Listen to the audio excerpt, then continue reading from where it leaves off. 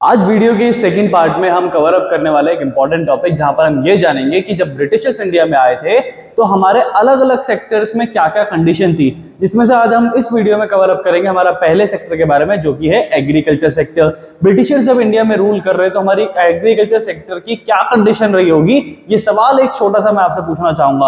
आपको क्या लगता है कि भाई हमारी कंडीशन कैसी रही होगी? बहुत ज्यादा अच्छी रही होगी, बहुत ज्यादा बुरी रही होगी?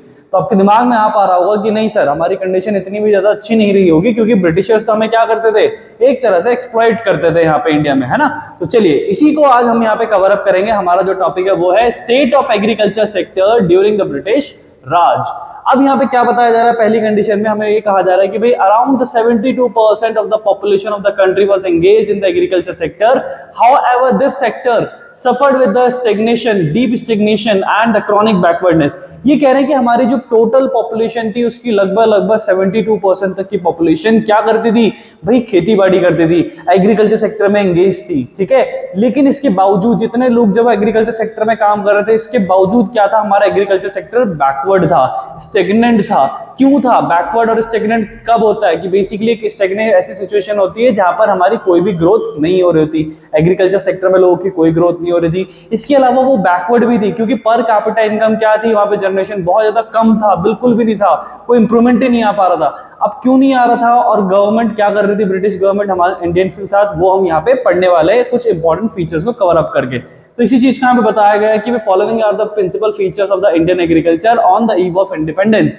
ब्रिटिशर्स के होने के टाइम पर कि भाई इंडिया की जो एग्रीकल्चर सिस्टम था उसमें क्या कंडीशन थी। सो नंबर 1 पॉइंट निकल कर आता है इसमें हमारे पास कि भाई हमारा क्या था, लो प्रोडक्शन था और लो प्रोडक्टिविटी थी। अब ये प्रोडक्शन और प्रोडक्टिविटी में आपको डिफरेंशिएट पता होना चाहिए। देखो यहाँ पे क्या लिखा है, production refers to the total output while the productivity refers to the output per hectare of the land।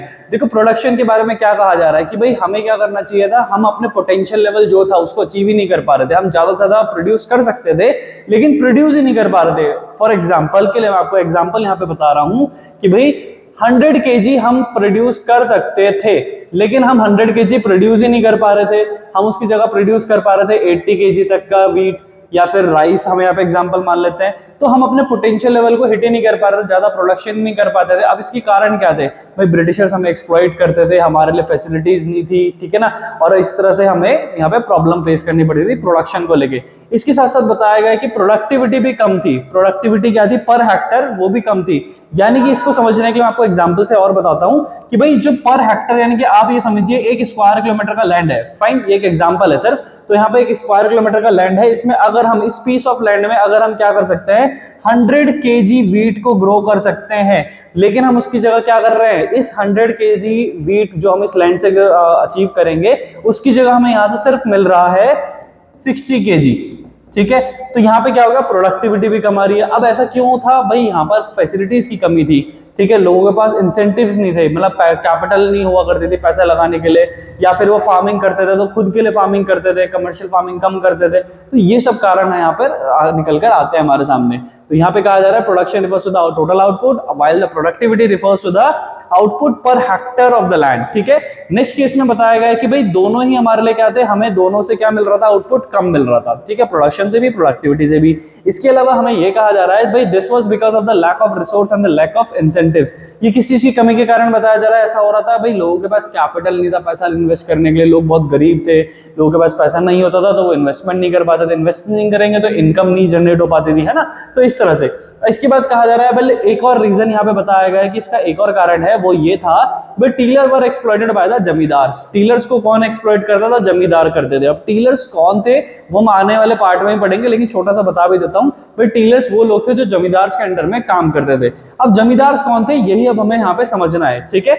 आ जाते हैं हमारे नेक्स्ट पार्ट में, इसी के नेक्स्ट फीचर में। नेक्स्ट फीचर में ये लोग हमें बताते हैं भाई एक्सप्लॉइटेटिव लैंड सेटलमेंट सिस्टम, या फिर हम इसे बोलते हैं लैंड रेवेन्यू सिस्टम, या फिर हम इसे एक और ऑल्टरनेट नेम से बुलाते हैं, वो है जमींदारी सिस्टम। तो ये आपको तीनों नाम ऑल्टरनेट नेम ये आपको ध्यान रखना है क्योंकि क्वेश्चन इन तीनों नाम से बन सकता है।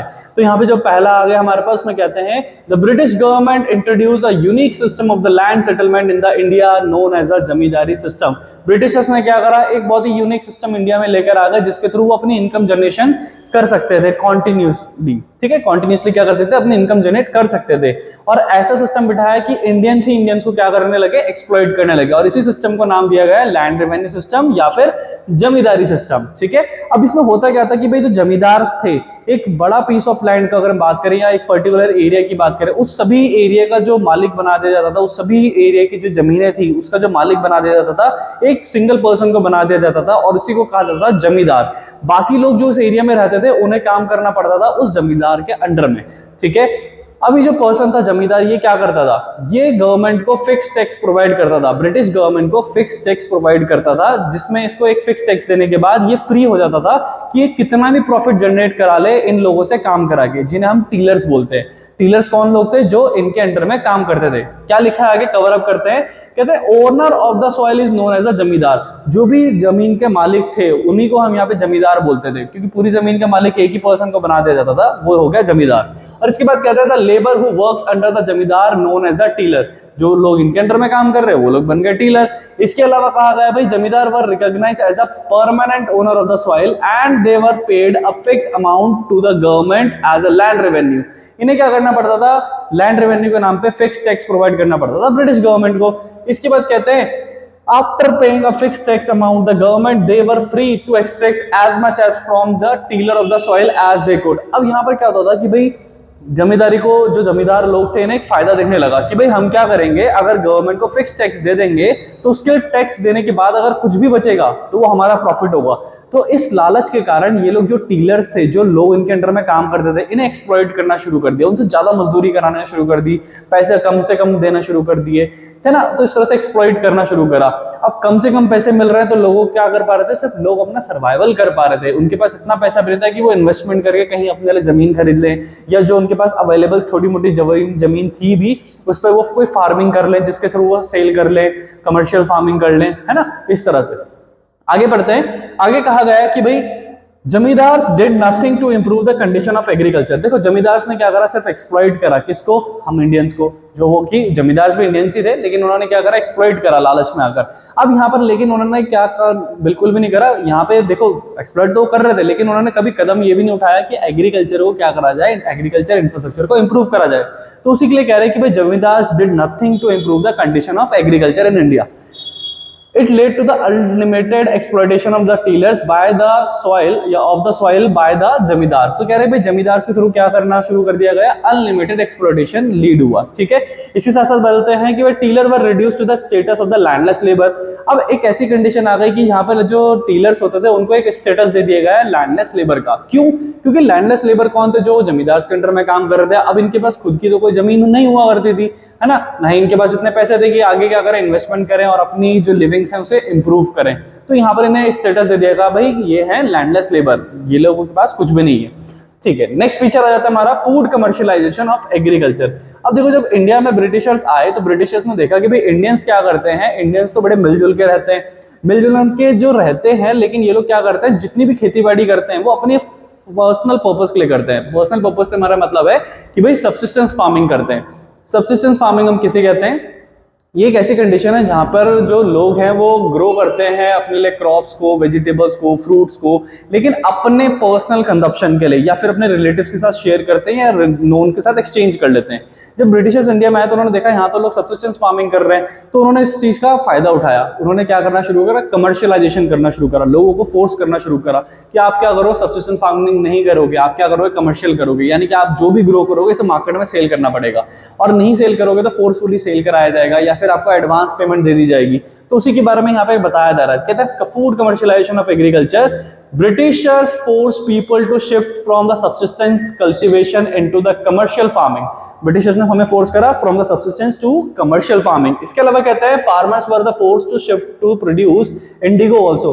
देखो इंडिया में लोग बहुत तरह की वैरायटी प्रोड्यूस करते थे क्रॉप्स की, फ्रूट्स की, तो यहाँ पे लेकिन ब्रिटिशर्स ने क्या करा, फोर्स करा किस चीज के लिए कि भाई आपने क्या करा, करना है इंडिगो को ग्रो करना है। इंडिगो क्या होता है, नील होता है, जिसे किस चीज में यूज करा जाता है, कपड़ों को रंग देने के लिए इस्तेमाल करा जाता था पहले के समय में। आप लोगों ने भी देखा नील का आता है तो कपड़ों में यूज करा जाता है वो वॉशिंग के लिए, ठीक है। तो इस तरह से पहले भी इसे यूज करा जाया करता था डाई करने के लिए, है ना। तो इंग्लैंड में यानी कि ब्रिटेन में इसकी बहुत ज्यादा डिमांड हुआ करती थी। चलिए कंटिन्यू करते हैं। Farmers were force to accept the advance payment. लोगों को क्या करा जाता था भाई, फोर्स करा जाता था कि भाई आप एडवांस पेमेंट ले लो। अब इससे क्या नतीजा निकल कर आता था, अगर लोगों को हम एडवांस देना शुरू कर देंगे तो उससे एक साइकिल चेन क्रिएट हो जाता था। अब वो क्या बनता था वो बताते हैं। Switching from the subsistence farming to the cash crop raised the credit needs of the farmers, which led to the indebtedness। ये कह रहे हैं कि भाई जब यहाँ पे लोगों ने क्या करना शुरू करा, लोगों को इन्होंने एडवांस पेमेंट देना शुरू करा तो लोगों ने क्या करा, कमर्शियलाइजेशन की तरफ इंटरेस्ट भी दिखाया, लोगों ने सेल करना शुरू करा। लेकिन धीरे धीरे क्या हुआ कि हर बार कल्टीवेशन करने के लिए उन्हें एडवांस पेमेंट की जरूरत पड़ने लगी। अब वो एडवांस पेमेंट ने लीड करा किसको, उधारी की तरफ को। तो इससे क्या हुआ, एक चेन बन गई कि भाई हर बार उन्हें कल्टीवेट करना है तो पहले एडवांस लेकर आना पड़ेगा, उधार लेकर आना पड़ेगा। फिर अगर बाय चांस किसी वजह से ड्रॉट हो गया, यानी सूखा पड़ गया, बारिश नहीं हुई और फसल का नुकसान हो गया, तो वो कर्जे में डूबते चले जाएंगे। तो यहाँ पे हमेशा ऐसा ही हुआ, क्योंकि वो जो एक टाइम पीरियड था वो एक ऐसा टाइम पीरियड था जहाँ पे फैसिलिटीज नहीं थी। तो जो फैसिलिटीज नहीं थी लोगों के पास, तो उसमें लोग यही प्रॉब्लम फेस करते थे। वो लोग किसमें चले जाते थे, इनडेप्टनेस में चले जाते, यानी लोग उधारी में चले जाते थे। ठीक है, चलिए नेक्स्ट का पार्ट कवर अप करते हैं। यहाँ पे हमें बताया गया भाई next feature, lack of investment in agriculture infrastructure. देखो यहाँ पे ये भी बताया गया कि भाई ब्रिटिशर्स जो थे, जो जमींदार थे, ये लोग क्या कर रहे थे, सिर्फ एक्सप्लॉइट कर रहे थे लोगों को, टैक्स कलेक्ट कर रहे थे, जमींदार प्रॉफिट कलेक्ट कर रहे थे, है ना। तो यहाँ पर क्या हुआ, कभी भी इन्होंने किसका फेवर नहीं लिया, जो टीलर्स थे या फिर लोगों का फेवर नहीं लिया। क्या करने के लिए कि भाई एग्रीकल्चर को और इंप्रूव करते हैं तो वहां से और ज्यादा आउटपुट मिलेगा तो और भी ज्यादा हमें फायदा होगा। तो इन्होंने कभी भी ऐसा नहीं सोचा। तो यहाँ पे कहा जा रहा था, British government and the zamindar showed no interest in promoting the investment in agriculture infrastructure. Agriculture was heavily dependent on the rainfall. तो जो हमारा एग्रीकल्चर सिस्टम था वो टोटली किस पे डिपेंड था, बोल सकते हैं हम ज्यादा से ज्यादा सिर्फ डिपेंड था रेनफॉल पे, कि बारिश आएगी तब जाके हमारे क्रॉप्स अच्छे से ग्रो करेंगी, फिर हमें आउटपुट गेन होगा, इस तरह से। लेकिन उस वक्त क्या चलता था, ज्यादातर सूखा पड़ जाता था, लोग परेशान हो जाते थे। तो यहाँ पर क्या था, ये कंडीशन थी जिसमें कि हम लैक कर रहे थे, किनकी वजह से, ब्रिटिशर्स और जमींदार दोनों। चलिए आगे देखते हैं। आगे बताया जा रहा है कि gulf between the owner of the soil and the tiller of the soil. अब यहाँ पर हमें बताया क्या जा रहा है, कहते हैं भाई there was a big gap between the owner of the soil and the tillers. ये कहते हैं गैप, गल्फ का मतलब यहाँ पर गैप, एक तरह का गैप है रहा हमेशा मेंटेन किसके बीच में, जो ओनर ऑफ द सॉइल थे और टीलर। क्योंकि टीलर्स को तो इतना पैसा मिल ही नहीं पाता था कि वो अपनी लाइफ की कंडीशंस को इंप्रूव कर सके। तो ये जो गैप था दोनों के बीच में, ये हमेशा बहुत ज्यादा बड़ा रहा है और वो कभी भी इसे कवर अप नहीं कर पाए।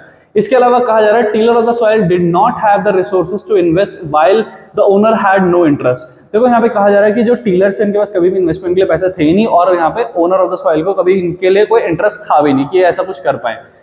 Tiller of the soil confronted absolute poverty and accepted the independence as their way of the life. जो टीलर ऑफ द सॉइल थे, इन्होंने हमेशा यही मान लिया कि भाई एक टाइम पीरियड आने के बाद कि भाई ठीक है, हमारा जो जीवन बना है वो ऐसे ही गुजारने के लिए बना है, हम उधारी में जिएंगे और इसी की तरह से हम इन्हीं के अंदर में काम करते रहेंगे। ठीक है, चलो। The owner of the soil viewed the system as the hereditary source of the income without investment. जो ओनर ऑफ द सॉइल थे यानी जमींदार से, इन्होंने क्या देखा भाई कि ये जो जमींदारी सिस्टम है ये एक बहुत अच्छी अपॉर्चुनिटी है, इसको हम क्या कर सकते हैं, हेरिडिटरी सिस्टम बना सकते हैं, यानी कि जनरेशन टू जनरेशन पास कर दिया जाएगा।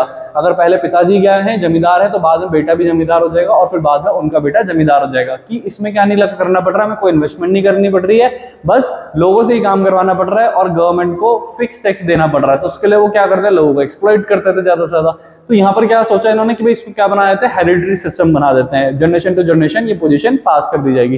तो इस तरह से क्या कर रहे थे, लग्जरियस लाइफ जी रहे थे। हम ये भी समझ सकते हैं कि भाई जो जमींदार से वो बहुत ज्यादा लग्जरियस लाइफ को एंजॉय करते थे, जबकि टीलर ऑफ द सॉइल क्या थे, एक बहुत ही लोअर क्वालिटी की लाइफ को उन्हें सफर करना पड़ रहा था, या फिर बोल सकते हैं सर्वाइव करने के लिए भी उनको बहुत ज्यादा डिफिकल्टी होती थी। ठीक है, चलिए इसके बाद आता है हमारे पास small and fragmented holdings and the subsistence outlook. अब ये जो पॉइंट है हमारे लिए इंपॉर्टेंट है, क्योंकि ये आने वाले कुछ चैप्टर्स में भी इसका जिक्र करा जाएगा। देखो स्मॉल एंड फ्रेगमेंटेड लैंड्स, लोगों के पास क्या थे कि भाई पहले की बात तो लोगों के पास अपनी जमीनें थी नहीं, लेकिन जिन लोगों के पास अपनी खुद की जमीनें थी तो वो क्या थी, बहुत ज्यादा छोटी हुआ करती थी, बहुत छोटे छोटे पीस ऑफ लैंड हुआ करते थे और अलग अलग जगह पे हुआ करते थे। जैसे कि एक एरिया में हो गया, फिर उसके बाद दूसरा पीस ऑफ लैंड है स्मॉल, वो किसी और एरिया में हो गया अवेलेबल, है ना। तो फ्रेगमेंटेड थे, बटे हुए थे। ठीक, अभी बटे हुए लैंड्स क्यों हुआ करते थे, क्योंकि पहले क्या होता था भाई पिताजी की जमीन है, 4 बेटे हैं तो उनमें बढ़ जाएगी, फिर उनके और 4 बेटे तो उनमें और बढ़ जाएगी। तो अलग अलग जगह पे अलग अलग तरह से उसे डिस्ट्रीब्यूट कर देते थे, तो लोगों को अलग अलग जगह पे हिस्से मिलते थे। तो छोटे छोटे पीस ऑफ लैंड होने की वजह से क्या होता था, इसमें भी प्रॉब्लम थी, क्योंकि छोटे पीस ऑफ लैंड में वो क्या नहीं कर सकते थे, कल्टीवेशन नहीं कर सकते थे, जिसके थ्रू वो आगे उसे सेल करें उस क्रॉप्स को और ज्यादा से ज्यादा प्रॉफिट बना ले। तो छोटे पीस ऑफ लैंड में वो कितना ग्रो कर पाते थे, सिर्फ अपने सर्वाइवल के लिए ही ग्रो कर पाते थे। तो यहाँ पे उसी चीज को बताया गया है। ये कहते हैं land holdings were the both small as well as fragmented. लोगों के पास छोटे लैंड थे और फ्रेगमेंटेड लैंड थे अलग अलग जगह पर। इसके बाद कहते हैं during the British government the time most of the people grew crops of for themselves and that is known as the subsistence farming। तो छोटे छोटे लैंड होने के कारण लोग क्या करते थे, ब्रिटिश राज में अपने लिए जो सब्सिस्टेंस फार्मिंग कर सकते थे बस वही करते थे, कमर्शियलाइजेशन का तो कोई मतलब ही नहीं था। ठीक है, चलो इसके बाद कहते हैं भाई subsistence farming is a form of farming within which the crop are the produce to provide for the basic needs of the family. अब बेसिकली यहाँ पे सब्सिस्टेंस फार्मिंग को एक्सप्लेन करा गया है कि लोग क्या करते हैं, फार्मिंग करते हैं for their survival of the family. इतनी फार्मिंग कर लेंगे बस कि भाई उनका फैमिली का सर्वाइवल चल जाए। ठीक है, कंटिन्यू करते हैं। अब यहाँ पे हमें क्या बताया जा रहा है, कहते हैं भाई backwardness of the agriculture are the explain in term of the these characteristics. ठीक भाई, जो हमारी इकोनॉमी थी बैकवर्ड थी ये तो हमें पता है, लेकिन एग्रीकल्चर जो बैकवर्ड था या फिर एग्रीकल्चर कंट्रीब्यूट नहीं कर पा रहा था हमारी इकोनॉमी को प्रॉपर्ली, उसके रीजंस क्या थे, तो हम ये बैकवर्डनेस के रीजन पढ़ने वाले हैं एग्रीकल्चर में। ठीक है, तो पहले कारण तो बनता है हमारे पास कि हमारी जो प्रोडक्शन थी वो लो थी, प्रोडक्टिविटी लो थी। साथ साथ क्या था, इन्वेस्टमेंट की कमी थी। So lack of investment in the agriculture infrastructure, कि कोई भी इसे इंप्रूव करने के लिए तैयार ही नहीं था, ना तो जमींदार ना ही ब्रिटिशर्स। इसके अलावा कहा गया है स्मॉल एंड फ्रेगमेंटेड होल्डिंग्स, लोगों के पास स्मॉल पीस ऑफ लैंड थे, है ना, और फ्रेगमेंटेड थे अलग अलग जगह पे।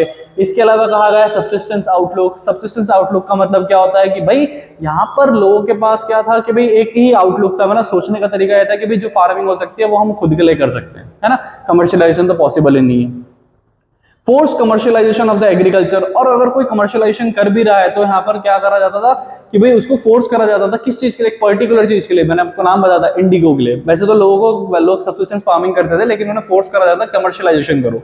कमर्शियलाइजेशन अगर वो करने में लग जाते थे तो उसमें भी क्या करते थे, इंडिगो के लिए फोर्स करा जाता था। ठीक है, explorative land settlement system under the British Raj, ये सबसे ज्यादा मेन हमारा इंपॉर्टेंट है कि भाई ये जो था रीजन, ये सबसे ज्यादा मेन रीजन बना कि भाई बैकवर्डनेस ऑफ द एग्रीकल्चर का। क्यों? क्योंकि यहाँ पे ब्रिटिशर्स ने जो इम्प्लीमेंट करी थी पॉलिसी, कौन सी, जमींदारी सिस्टम, जिसे हम लैंड रेवेन्यू सिस्टम भी बोलते हैं, या फिर हम बोलते हैं लैंड सेटलमेंट सिस्टम। ठीक है, तो ये जो पॉलिसी थी ये बहुत ज्यादा मेन रोल प्ले करती है किस चीज के लिए, backwardness of agriculture in Indian economy. ठीक है, तो ये चीज हमें यहाँ तक ध्यान रखनी है। इसके बाद कुछ इंपॉर्टेंट पॉइंट आ रहे हैं, उसे हम कवर अप करते हैं, फिर यहाँ रहेगा हमारा आज का टॉपिक, यहाँ पे हो जाएगा खत्म। इसके बाद हम नेक्स्ट टॉपिक कवर अप करेंगे जो कि किससे रिलेटेड होगा, इंडस्ट्रियल से रिलेटेड होगा, इंडस्ट्री सेक्टर से होगा कि कैसे ब्रिटिशर्स इंडिया आए और उन्होंने हमारे इंडस्ट्री सेक्टर को भी डिस्ट्रॉय करा। अभी हम कवर अप करते हैं हमारा इसका इंपॉर्टेंट पॉइंट जो हम इस टॉपिक से रिलेटेड होंगे। तो आ गए हमारे इंपॉर्टेंट पॉइंट पे।